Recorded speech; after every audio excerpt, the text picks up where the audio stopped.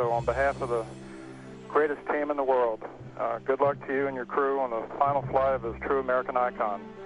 And so for the final time, Fergie, Doug, Sandy, and Rex, good luck, Godspeed, and have a little fun up there. Let's light this fire one more time, Mike, and witness this great nation at its best. The crew of Atlantis is ready for launch.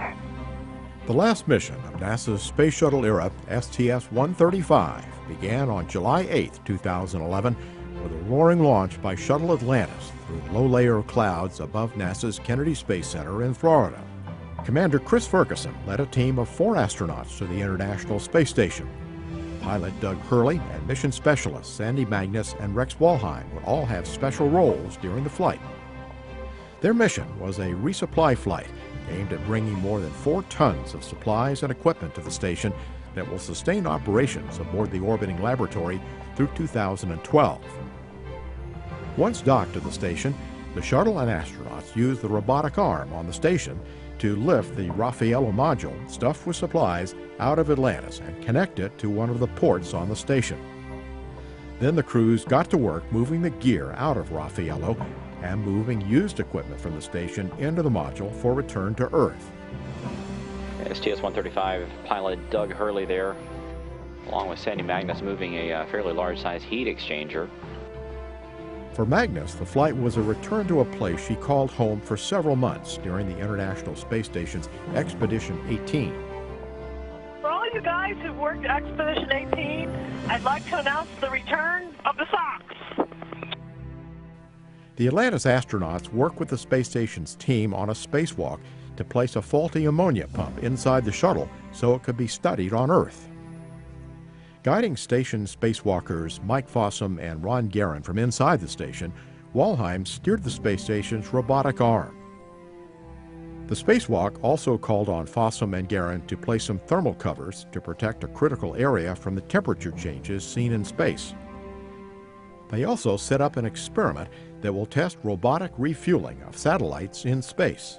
The spectacle of yesterday's 6-hour, 31-minute spacewalk by Mike Fossum and Ron Guerin has morphed into what essentially is a blue-collar day for the 10 crew members on board as we move into the heart of the mission and what this flight is really all about, and that is namely the transfer of almost a year's worth of supplies from Atlantis's cargo module. The picture, guys, you look like you're in a studio, maybe in Omaha, Nebraska or something. The shot is so clear. Is this a hoax? Are you really in space still? See the hair? I don't know. We're going to have to do something for you. I want to do it. I know.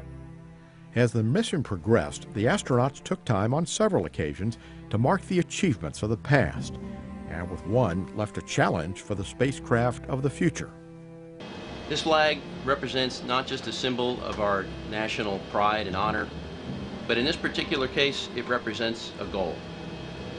This flag also will be flown prominently here by the forward hatch of No. 2 to be returned to Earth once again by an astronaut that launches on a U.S. vehicle, hopefully in just a few years. The shuttle left the station after about 9 days of docked operations there, and after both crews completed their assigned tasks.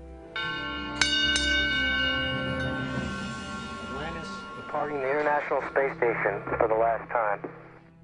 Thank you for your 12 dock missions to the ISS and for capping off 37 space shuttle missions to construct the orbiting research facility.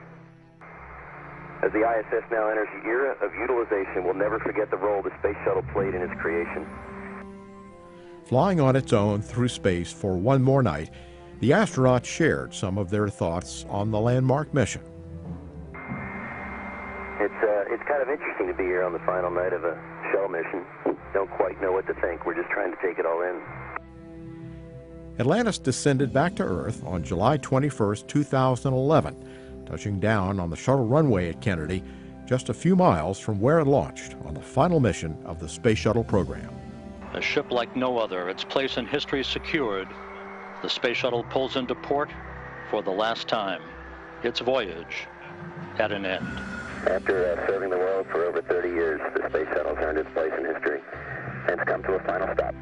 Although we got to take the ride, We sure hope that everybody who has ever worked or touched or looked at or envied or admired a space shuttle was able to take just a little part of the journey with us.